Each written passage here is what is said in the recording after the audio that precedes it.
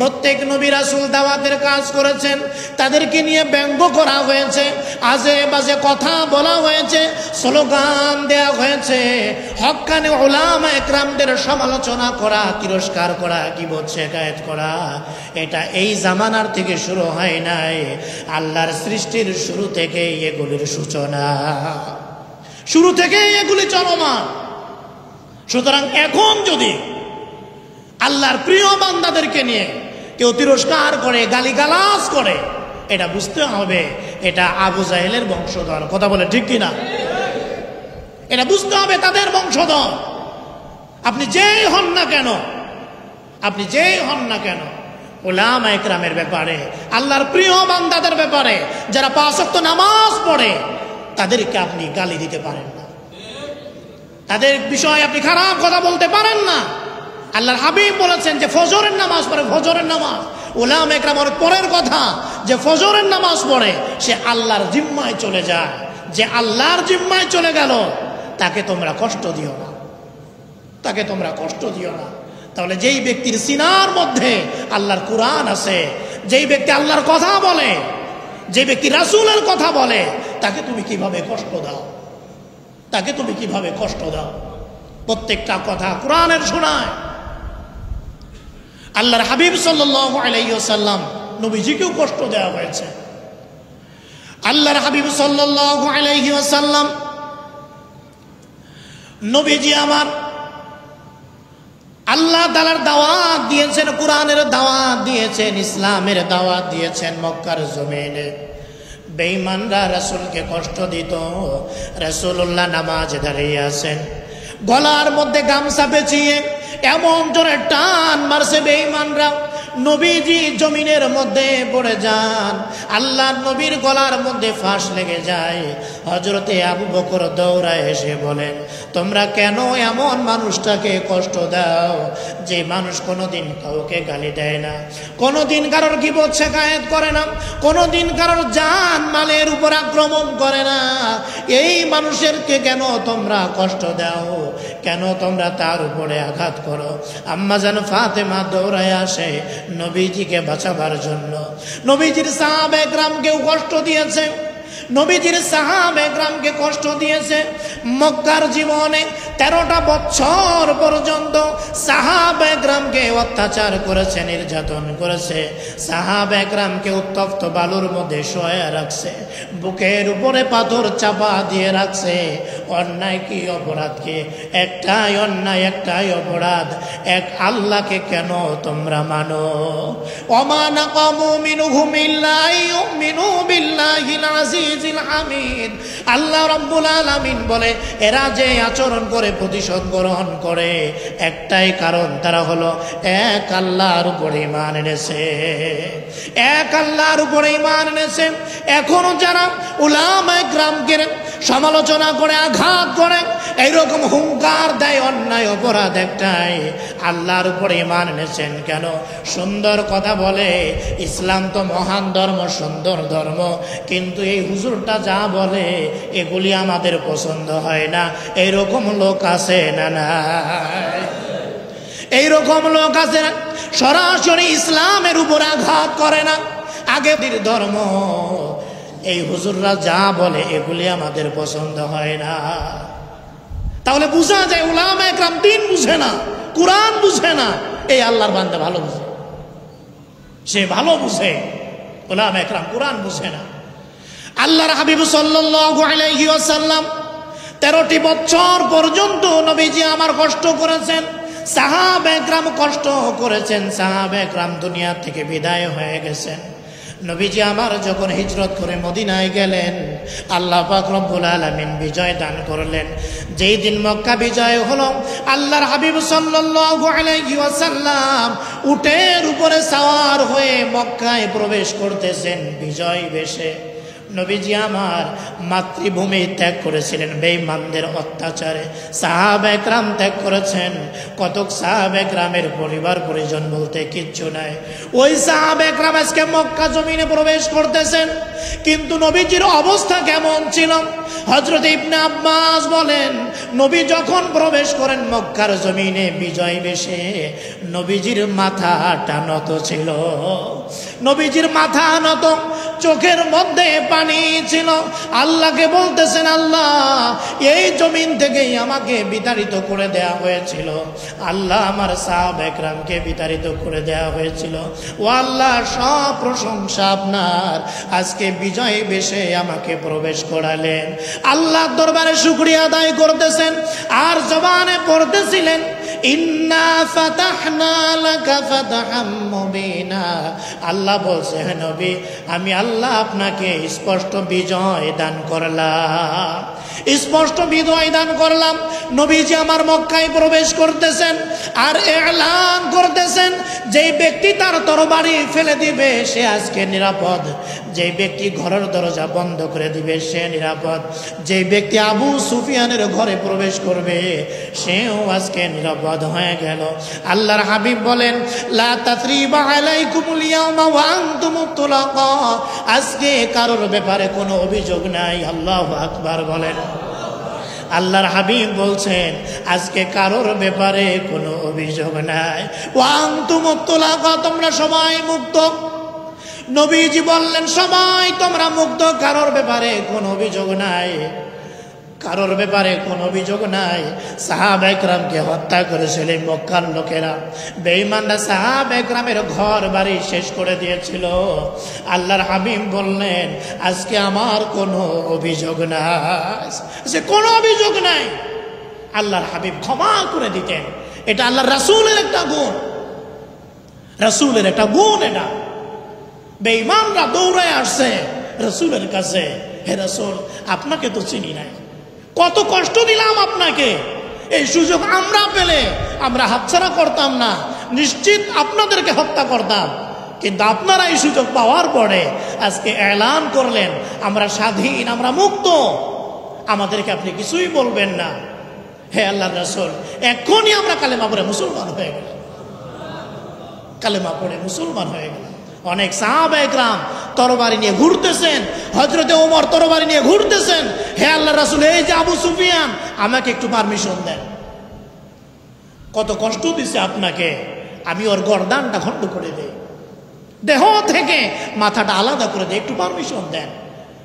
আল্লাহ রাসূল বললেন, না, লা তাসরিব, আজকে কোনো অভিযোগ নাই, আজকে কোনো অভিযোগ নাই, কোনো বাড়াবাড়ি নাই। আমাদের বড় একজন বুজুর্গ ছিলেন দিল্লিতে, ইসমাইল শহীদ রহমাতুল্লাহি আলাইহি। তিনি একদিন দিল্লির মসজিদের খুতবা দিচ্ছেন, ঠিক এমন সময় এক আল্লাহর বান্দা দাঁড়িয়ে গেলেন। ইসমাইল শহীদ রহমাতুল্লাহি আলাইহিকে লক্ষ্য করে বললেন,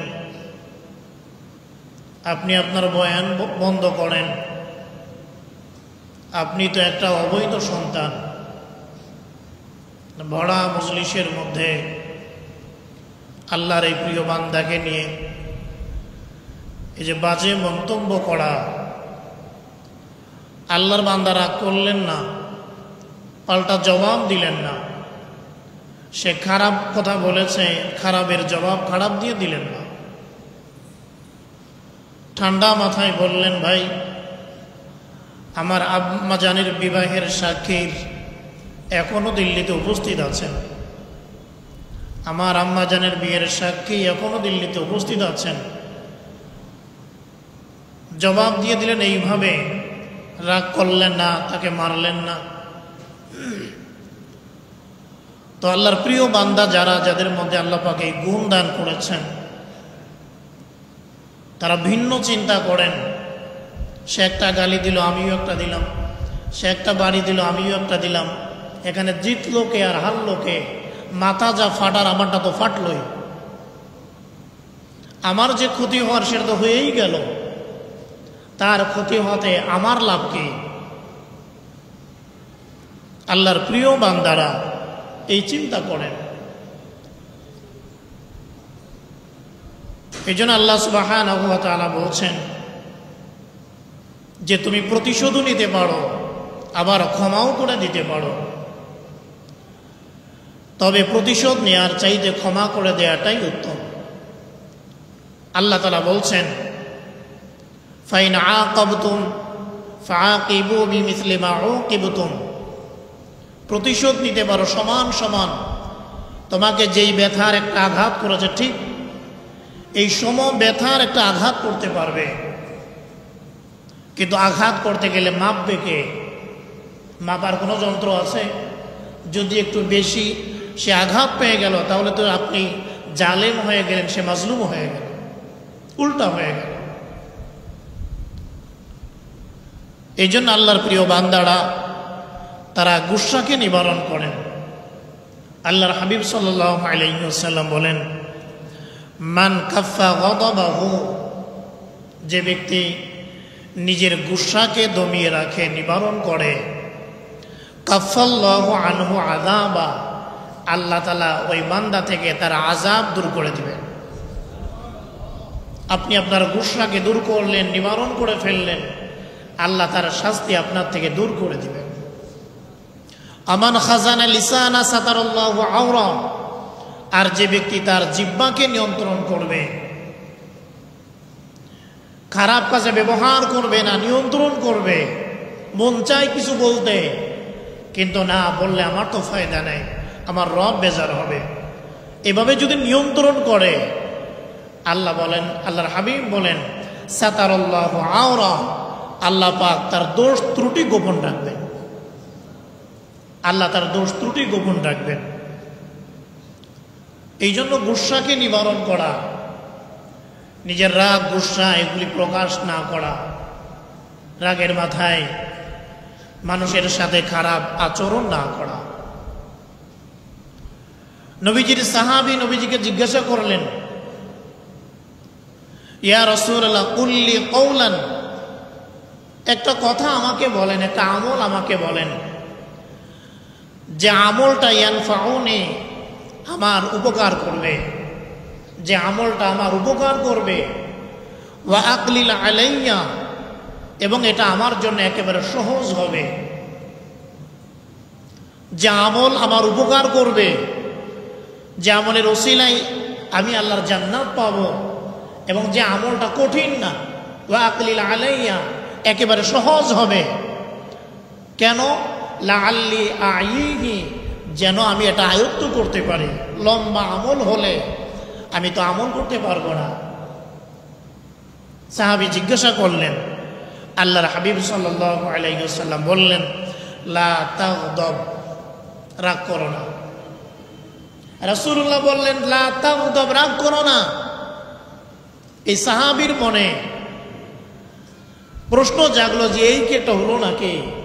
আমি কি একেবারে এরকম ছোট্ট আমলের কথা জিজ্ঞাসা করলাম নাকি? এই জন্য সাহাবী তিনি হাত্তা আ'আদা আলাইহি মিরারান, কয়েকবার বললেন, হে আল্লাহর রাসূল আরেকবার, আরেকটা বলেন, আরেকটা বলেন। নবীজি মিরারান, বারবারই বলছেন, লা তাগদাব, রাগ করো না, রাগ করো না, গুসা করো না, রাগ করো না, গুসা করো না। এটা যেমন একজন মুমিনের জন্য সৌন্দর্য, আবার এই রাগ গুসা এটা জীবনকে বরবাদ করে দেয়। রাগ গুসা একটা পরিবারকে ধ্বংস করে দেয়। রাগ গুসা বাচ্চাদেরকে এতিম বানায় দেয়। রাগ গুসার কারণে স্ত্রীকে বিধবা বানায় দেয়। আল্লাহর হাবিব বললেন, লা তাগদাব, তুমি রাগ করো না। তো গুসাকে নিবারণ করা, যে ব্যক্তি অন্যায় করলো তাকে ক্ষমা করে দেয়া, তার সাথে ভালো আচরণ করা, এটা আল্লাহর হাবিব সাল্লাল্লাহু আলাইহি ওয়াসাল্লামের সুন্নাত ছিল।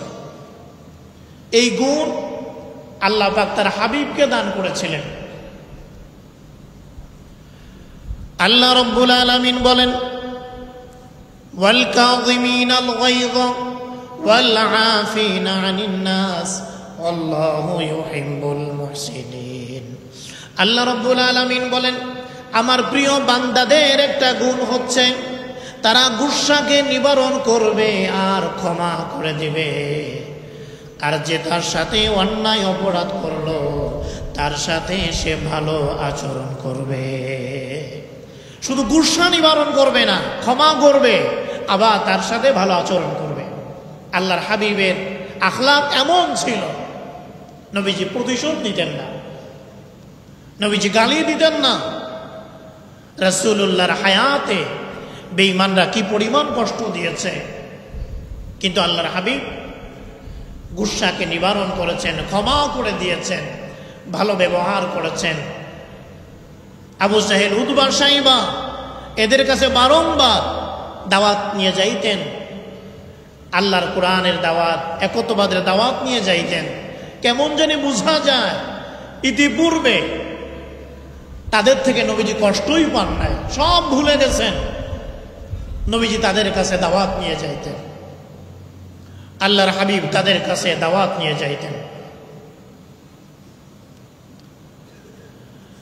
এই জন্য আল্লাহ সুবহানাহু ওয়া তাআলা রাসূলুল্লাহকে এই গুণগুলি দিয়েছিলেন। গুসাকে নিবারণ করতেন, ক্ষমা করে দিতেন এবং ভালো আচরণ করতেন। আল্লাহ সুবহানাহু ওয়া তাআলা রাসূলুল্লাহকে দান করেছিলেন খুলুকে আযীম, মুসা নবীকে দান করেছিলেন খুলুকে হাসানা, ঈসা নবীকে দান করেছিলেন খুলুকে কারীম। খুলুকে হাসানা হচ্ছে আপনাকে মারলো আপনিও মেরে দিলেন, আপনাকে আঘাত করলো আপনিও আঘাত করলেন। মুসা নবীর আদত এটা ছিল, তাকে কেউ ঘুষি দিলে তিনিও ঘুষি দিতেন। এটা জুলুম না, এটা অন্যায় না, তিনি এটা করতেন।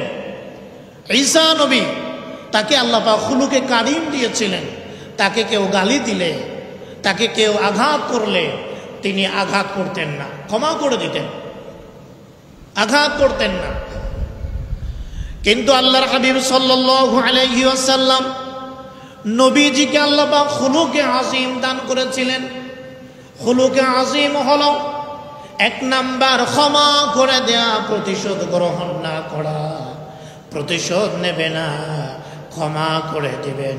3 নাম্বার হলো তার হাতটা ধরে মালিশ করে দিবেন, আর তাকে জিজ্ঞাসা করবেন, ভাই তোমার হাত দ্বারা আমাকে আঘাত করার কারণে কষ্ট পেয়েছো কিনা, দুঃখ পেয়েছো কিনা?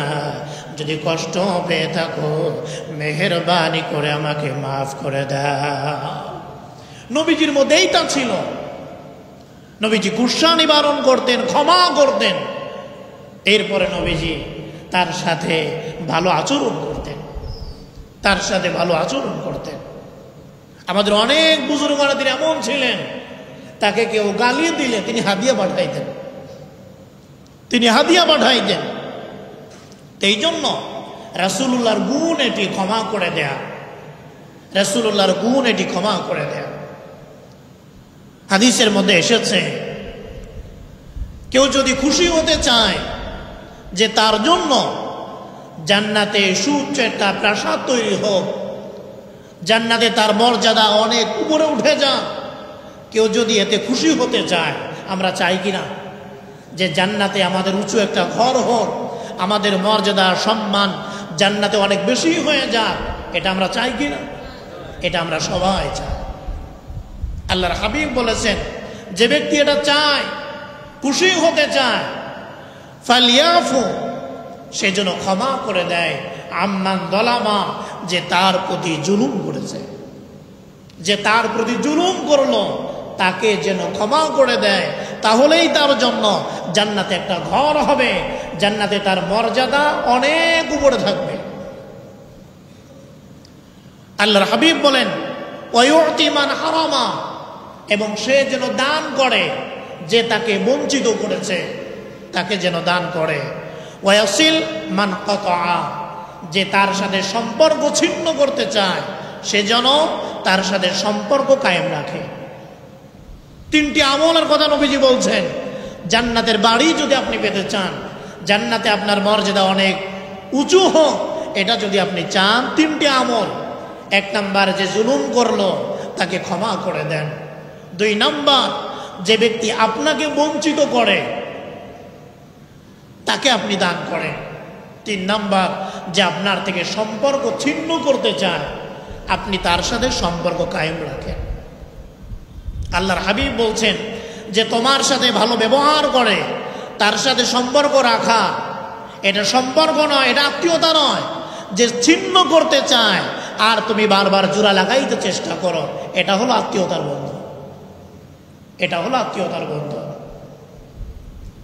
এটার উপর আমল করা। আমরা তো সামান্য থেকে সামান্য একটা বিষয় যদি ঘটে যায় কথা বন্ধ হয়ে যায়। বাইরে তো আছেই, আমাদের বাসা বাড়িতে বিবির সাথেও আমাদের আচরণ এমন হয়, দিনের পর দিন চলে যায়, মনে হয় বিরোধী দল, বিরোধী পার্টি আমার ঘরের মধ্যে অবস্থান করতেছে। কথাই হয় না, ছায়াও তাকে ডিঙ্গানো যাবে না, সে এক রুমে থাকে, সে এক রুমে থাকে। এইরকম বাসা আছে না নাই? এইগুলি না করা। সে আপনার সাথে খারাপ ব্যবহার করলে আপনি ভালো ব্যবহার করেন, আপনিও যদি খারাপ ব্যবহার করেন তো সেও খারাপ, আপনিও খারাপ হয়ে গেলেন। এই জন্য আল্লাহর হাবিব সাল্লাল্লাহু আলাইহি ওয়াসাল্লাম, নবীজির আখলাক হচ্ছে ভালো ব্যবহার করা, ক্ষমা করে দেয়া। রাসূলুল্লাহ সাল্লাল্লাহু আলাইহি ওয়াসাল্লামের সাহাবী হযরত আলী ইবনে হুসাইন রাদিয়াল্লাহু তাআলা আনহু, তার একজন বাদী ছিল। এই বাদী একদিন তার ওযুর পানি ঢেলে দিচ্ছেন, তিনি নামাজের জন্য প্রস্তুতি গ্রহণ করবেন। একটা পর্যায়ে বাদীর হাত থেকে পাত্রটা পড়ে যায়, ফাসাজ্জাহু, পাত্রটা পড়ে যাওয়ার কারণে আলী ইবনে হুসাইন তিনি আঘাত পান, তিনি কষ্ট পান, ব্যথা পান। একজন বাদী, বর্তমান একটা কাজের ছেলে, এটা কাজের মহিলা, সে যদি একটা পেয়ালা মালিকের হাতের উপরে ফেলে দেয়, মাথার উপরে ফেলে দেয়, মিজাজটা গরম হওয়াটাই স্বাভাবিক। কথা বলেন ঠিক কিনা? নবীজির সাহাবী আলী ইবনে হুসাইন রাদিয়াল্লাহু তাআলা আনহু জাহালাত তাসকুবু আলাইহি আল-মা, বাদী তার ওযুর পানি ঢেলে দিচ্ছেন, লিয়াতা হাইয়া লিস-সালাতি, তিনি যেন নামাজের প্রস্তুতি গ্রহণ করতে পারেন। ফাসাকাতাল ইবরিকু, হঠাৎ করে জগটি পড়ে গেল, পাত্রটি পড়ে গেল, মিনিয়াদিহা, বাদীর হাত থেকে। ফাসাজ্জাহু, তিনি আঘাত পেলেন, কষ্ট পেলেন। ফারাফা রাসাহু ইলাইহা, মাথা উঁচু করে বাদীর দিকে তাকাইলেন, গুসা প্রকাশ করতেছেন। বাদী যেন ভয় পায়, বাদী যেন আতঙ্কিত হয়। বাদীর দিকে যখন তাকালেন, ফাকালাত, বাদী বলতেছেন, ইন্নাল্লাহা সুবহানাহু ওয়া তাআলা, বাদী বলতেছেন, অমনিব, আল্লাহ রাব্বুল আলামিন তার পছন্দের বান্দাদের একটা গুণ হলো ওয়াল কাযিমিনাল গায়দ, তারা গুসাকে নিবারণ করে। বাদী মনিবকে বলতেছে, মনিব রাগ করেন কেন?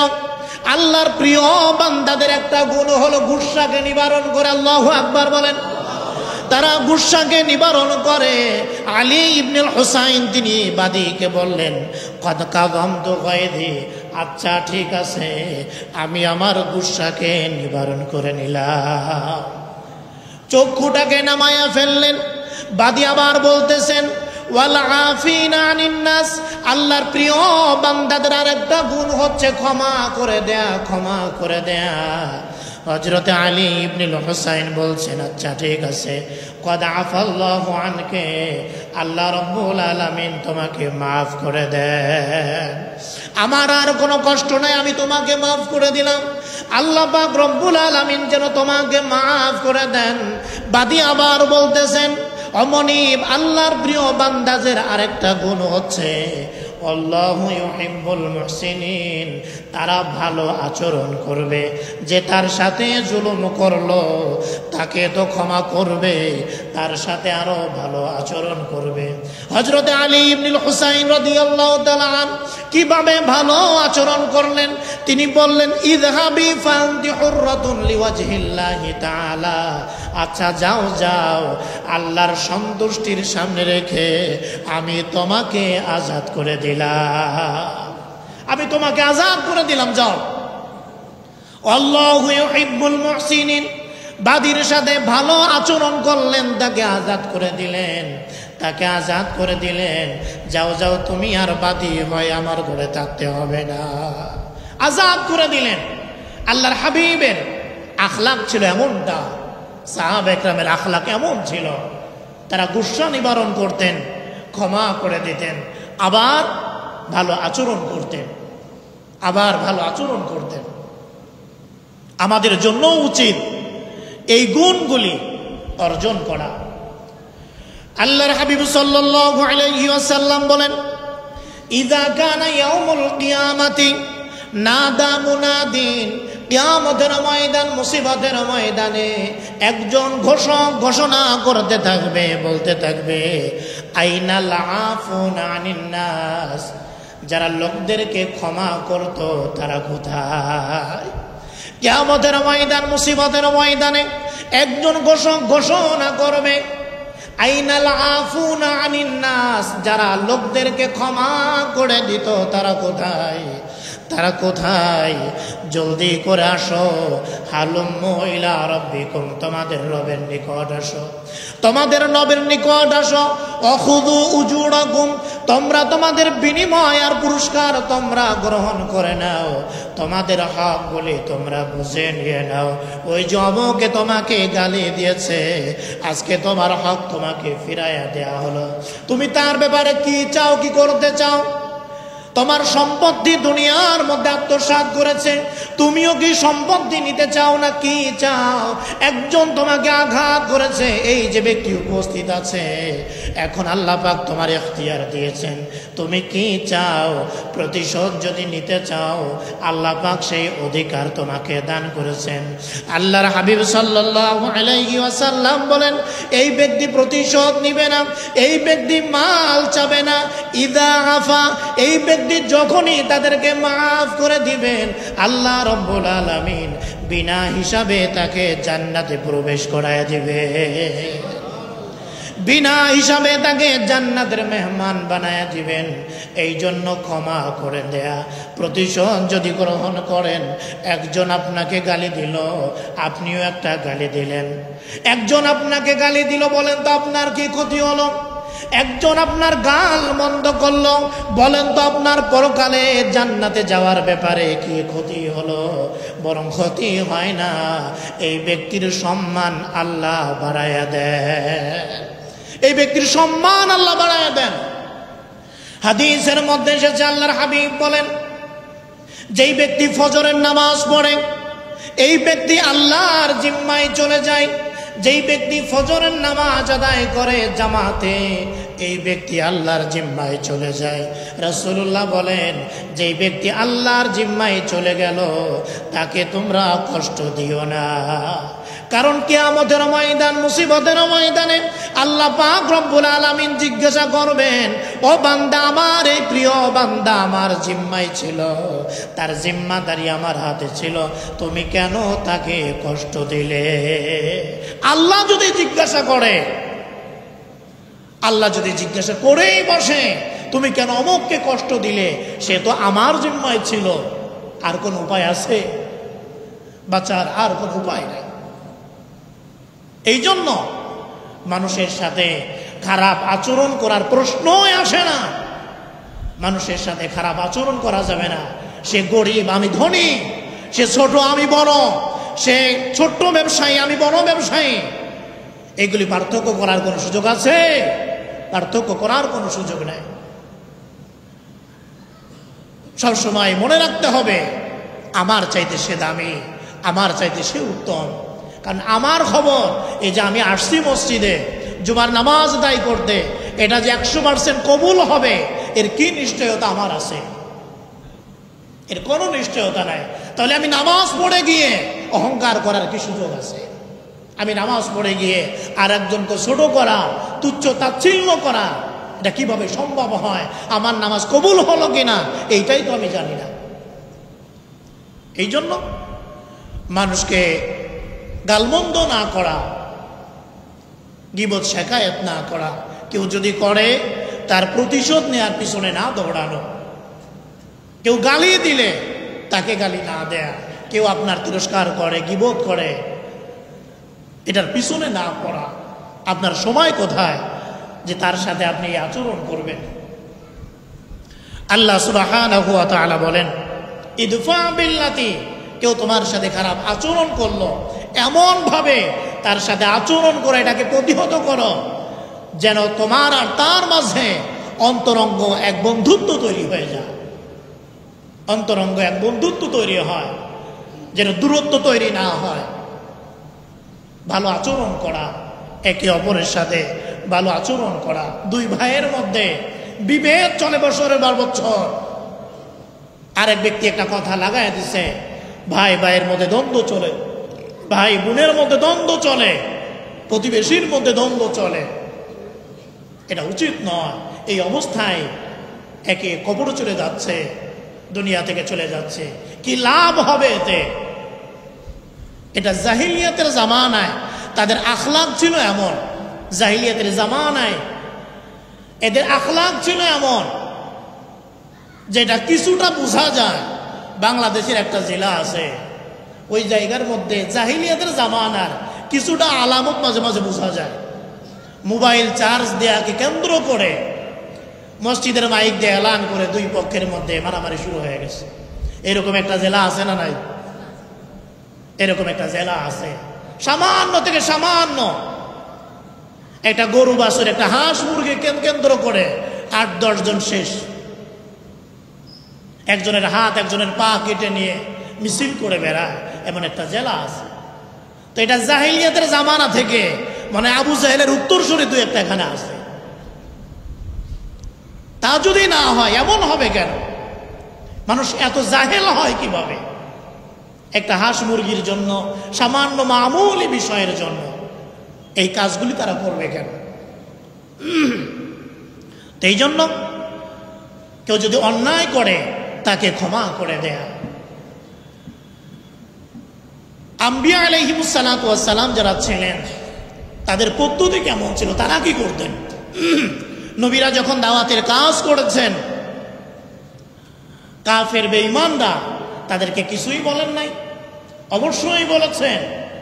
হযরত হুদ আলাইহিস সালাতু ওয়াস সালাম যখন তার কওমকে দাওয়াত দিচ্ছেন, একত্ববাদী খোদার দাওয়াত দিচ্ছেন, আল্লাহর দাওয়াত দিচ্ছেন, এই কওমরা বলতে থাকে, ইন্না লানারাকা ফি সাফাহা, তুমি তো একটা নির্বোধ লোক, আমাদের সমাজে একটা নিকৃষ্ট লোক তুমি, আর আমরা মনে করি তুমি একটা মিথ্যাবাদী, তুমি একটা মিথ্যাবাদী।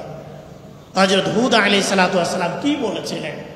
তিনি বললেন, ইয়া কওমি লাইসা বি সাফাহা, হে আমার সম্প্রদায়, আমি আসলে নির্বোধ না, আমি যে কিছু বুঝি না, বিষয়টি এমন নয়। ওয়ালাকিন্নী রাসূলুম মির রাব্বিল আলামিন, আমি আল্লাহ তাআলার প্রেরিত একজন রাসূল। আল্লাহ আমাকে পাঠাইছেন যে মিশন দিয়ে, এইটার উপরেই আমি আছি। আমি পাগল না, আমি মাতাল না, তোমরা যাই বলো না কেন, আমি পাগল না, আমি মাতাল না। হযরতে নূহ আলাইহিস সালাতু ওয়াস সালাম কওমকে দাওয়াত দিয়েছেন, কওমের লোকেরা তাকে ছেড়ে দেন নাই। কওমের লোকেরা বলছেন, ইন্না লানারাকা ফি দালালিম মুবিন, অনু আমরা তো তোমাকে মনে করি তুমি একজন পথভ্রষ্ট, একজন গোমরা। নূহ আলাইহিস সালাম বলেছেন, ইয়া কওমি লাইসা বি দালাল ওয়ালাকিন্নী রাসূলুম মির রাব্বিল আলামিন, হে আমার সম্প্রদায়, আমি পথভ্রষ্ট না, আমি পথ হারা না। আল্লাহ পাক রব্বুল আলামিন তার রিসালাতের দায়িত্ব দিয়ে আমাকে প্রেরণ করেছেন। আমি তোমাদের কল্যাণকামী, আমি তোমাদের কল্যাণকামী, আমি কখনোই তোমাদের অকল্যাণ চাই না। প্রত্যেক নবী রাসূল দাওয়াতের কাজ করেছেন, তাদেরকে নিয়ে ব্যঙ্গ করা হয়েছে, আজে বাজে কথা বলা হয়েছে, স্লোগান দেওয়া হয়েছে, হক্কানি উলামা একরামদের সমালোচনা করা, তিরস্কার করা, গীবত শিকায়েত করা। এটা এই জামানার থেকে শুরু হয় নাই, আল্লাহর সৃষ্টির শুরু থেকেই এগুলির সূচনা, শুরু থেকেই এগুলি চলমান। সুতরাং এখন যদি আল্লাহর প্রিয় বান্দাদেরকে নিয়ে কেউ তিরস্কার করে, গালিগালাজ করে, এটা বুঝতে হবে এটা আবু জাহেলের বংশধর। কথা বলে ঠিক কিনা? এটা বুঝতে হবে তাদের বংশধর। আপনি যেই হন না কেন, আপনি যেই হন না কেন, উলামা একরামের ব্যাপারে, আল্লাহর প্রিয় বান্দাদের ব্যাপারে, যারা 5 ওয়াক্ত নামাজ পড়ে, তাদেরকে আপনি গালি দিতে পারেন না, তাদের বিষয়ে আপনি খারাপ কথা বলতে পারেন না। আল্লাহর হাবিব বলেছেন যে ফজরের নামাজ পড়ে, ফজরের নামাজ, উলামা একরাম অনেক পরের কথা, যে ফজরের নামাজ পড়ে সে আল্লাহর জিম্মায় চলে যায়, যে আল্লাহর জিম্মায় চলে গেল তাকে তোমরা কষ্ট দিও না, তাকে তোমরা কষ্ট দিও না। তাহলে যেই ব্যক্তির সিনার মধ্যে আল্লাহর কোরআন আছে, যেই ব্যক্তি আল্লাহর কথা বলে, যে ব্যক্তি রাসূলের কথা বলে, তাকে তুমি কিভাবে কষ্ট দাও, তাকে তুমি কিভাবে কষ্ট দাও? প্রত্যেকটা কথা কোরআনের শোনায়। আল্লাহর হাবিব সাল্লাল্লাহু আলাইহি ওয়াসাল্লাম নবীজিকেও কষ্ট দেওয়া হয়েছে। আল্লাহর হাবিব সাল্লাল্লাহু আলাইহি ওয়াসাল্লাম নবীজি আমার আল্লাহ তাআলার দাওয়াত দিয়েছেন, কোরআনের দাওয়াত দিয়েছেন, ইসলামের দাওয়াত দিয়েছেন মক্কার জমিনে। বেঈমানরা রাসূলকে কষ্ট দিত। রাসূলুল্লাহ নামাজে দাঁড়িয়ে আছেন, গলার মধ্যে গামছা পেঁচিয়ে এমন জোরে টান মারছে বেঈমানরা, নবীজি জমিনের মধ্যে পড়ে যান। আল্লাহর নবীর গলার মধ্যে ফাঁস লেগে যায়। হযরতে আবু বকর দৌড়ায় এসে বলেন, তোমরা কেন এমন মানুষটাকে কষ্ট দাও যে মানুষ কোনোদিন কাউকে গালি দেয় না, কোনোদিন কারোর গীবত শিকায়েত করে না, কোনোদিন কারোর জান মালের উপর আক্রমণ করে না, এই মানুষেরকে কেন তোমরা কষ্ট দাও, কেন তোমরা তার উপরে আঘাত করো? আম্মা জান ফাতেমা দৌড়ায় আসে নবীজিকে বাঁচাবার জন্য। নবীজির সাহাবায়ে কেরামকেও কষ্ট দিয়েছে, নবীজির সাহাবায়ে কেরামকে কষ্ট দিয়েছে। মক্কার জীবনে 13টা বছর পর্যন্ত সাহাবায়ে কেরামকে অত্যাচার করেছে, নির্যাতন করেছে। সাহাবায়ে কেরামকে উত্তপ্ত বালুর মধ্যে শোয়া রাখছে, বুকের উপরে পাথর চাপা দিয়ে রাখছে। অন্যায় কি অপরাধ কি? একটাই অন্যায়, একটাই অপরাধ, এক আল্লাহকে কেন তোমরা মানো? ওমা নাকামু মিনহুম ইল্লা ইউমিনু বিল্লাহিল আজিজিল হামিদ। আল্লাহ রাব্বুল আলামিন বলে, এরা যে আচরণ করে, প্রতিশোধ গ্রহণ করে, একটাই কারণ, তারা হলো এক আল্লাহর উপরে ঈমান এনেছে, এক আল্লাহর উপরে ঈমান এনেছে। এখনো যারা উলামায়ে কেরামকে সমালোচনা করে, আঘাত করে, এইরকম হুঙ্কার দেয়, অন্যায় অপরাধ একটাই, আল্লাহর উপরে ঈমান এনেছেন কেন? সুন্দর কথা বলে, ইসলাম তো মহান ধর্ম, সুন্দর ধর্ম, কিন্তু এই হুজুরটা যা বলে এগুলি আমাদের পছন্দ হয় না, এইরকম লোক আছে না? নাই, এইরকম লোক আছে না? সরাসরি ইসলামের উপর আঘাত করে না, আগের ধর্ম, এই হুজুররা যা বলে এগুলি আমাদের পছন্দ হয় না। তাহলে বুঝা যায় উলামায়ে কেরাম দ্বীন বুঝে না, কোরআন বুঝে না। এই আল্লাহর বান্দা ভালো বুঝে, সে ভালো বুঝে। উলামায়ে কেরাম কোরআন বুঝে না। আল্লাহর হাবিব সাল্লাল্লাহু আলাইহি ওয়াসাল্লাম 13টি বছর পর্যন্ত নবীজি আমার কষ্ট করেছেন, সাহাবায়ে কেরাম কষ্ট করেছেন, সাহাবায়ে কেরাম দুনিয়া থেকে বিদায় হয়ে গেছেন। নবীজি আমার যখন হিজরত করে মদিনায় গেলেন, আল্লাহ পাক রব্বুল আলামিন বিজয় দান করলেন। যেই দিন মক্কা বিজয় হলো, আল্লাহর হাবিব সাল্লাল্লাহু আলাইহি ওয়াসাল্লাম উটের উপরে সাওয়ার হয়ে মক্কায় প্রবেশ করতেছেন বিজয় বেশে। নবীজি আমার মাতৃভূমি ত্যাগ করেছিলেন বেঈমানদের অত্যাচারে, সাহাবায়ে কেরাম ত্যাগ করেছেন। কতক সাহাবায়ে কেরামের পরিবার পরিজন বলতে কিচ্ছু নাই। ওই সাহাবায়ে কেরাম আজকে মক্কা জমিনে প্রবেশ করতেছেন, কিন্তু নবীজির অবস্থা কেমন ছিল? হযরত ইবনে আব্বাস বলেন, নবী যখন প্রবেশ করেন মক্কার জমিনে বিজয় বেশে, নবীজির মাথাটা নত ছিল, নবীজির মাথা নত, চোখের মধ্যে পানি ছিল। আল্লাহকে বলতেছেন, আল্লাহ এই জমিন থেকেই আমাকে বিতাড়িত করে দেয়া হয়েছিল, আল্লাহ আমার সাহাবায়ে কেরামকে বিতাড়িত করে দেয়া হয়েছিল, ও আল্লাহ সব প্রশংসা আপনার, আজকে বিজয় বেশে আমাকে প্রবেশ করালেন। আল্লাহর দরবারে শুকরিয়া আদায় করতেছেন আর জবানে পড়তেছিলেন, ইন্না ফাতাহনা লাকা ফাতহাম মুবিনা।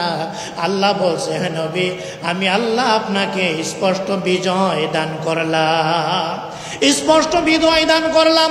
নবীজি আমার মক্কায় প্রবেশ করতেছেন আর এলান করতেছেন, যে ব্যক্তি তার তরবারি ফেলে দিবে সে আজকে নিরাপদ, যে ব্যক্তি ঘরের দরজা বন্ধ করে দিবে সে নিরাপদ, যে ব্যক্তি আবু সুফিয়ানের ঘরে প্রবেশ করবে সেও আজকে নিরাপদ হয়ে গেল। আল্লাহর হাবিব বলেন, লা তাসরিবা আলাইকুমুল ইয়াওমা ওয়া আনতুমুত তুলাকা, আজকে কারোর ব্যাপারে কোনো অভিযোগ নাই। আল্লাহু আকবার বলেন। আল্লাহর হাবিব বলছেন আজকে কারোর ব্যাপারে কোনো অভিযোগ নাই। ওয়া আনতুমুত তুলাকা, তোমরা সবাই মুক্ত। নবীজি বললেন সবাই তোমরা মুক্ত, কারোর ব্যাপারে কোনো অভিযোগ নাই, কারোর ব্যাপারে কোনো অভিযোগ নাই। সাহাবা একরামকে হত্যা করেছিল মক্কার লোকেরা, বেঈমানরা সাহাবা একরামের ঘর বাড়ি শেষ করে দিয়েছিল। আল্লাহর হাবিব বললেন আজকে আমার কোনো অভিযোগ নাই, যে কোনো অভিযোগ নাই। আল্লাহর হাবিব ক্ষমা করে দিতেন।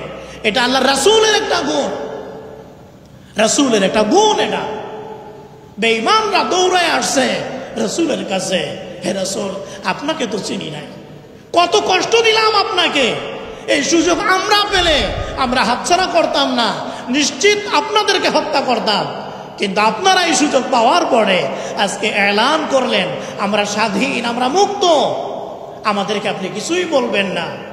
হে আল্লাহর রাসূল এখনই আমরা কালেমা পড়ে মুসলমান হয়ে গেলাম, কালেমা পড়ে মুসলমান হয়ে গেলাম। অনেক সাহাবা একরাম তরবারি নিয়ে ঘুরতেছেন, হযরতে ওমর তরবারি নিয়ে ঘুরতেছেন, হে আল্লাহর রাসূল এই যে আবু সুফিয়ান আমাকে একটু পারমিশন দেন, কত কষ্ট দিছে আপনাকে, আমি ওর গর্দানটা খণ্ড করে দেই, দেহ থেকে মাথাটা আলাদা করে দেই, একটু পারমিশন দেন।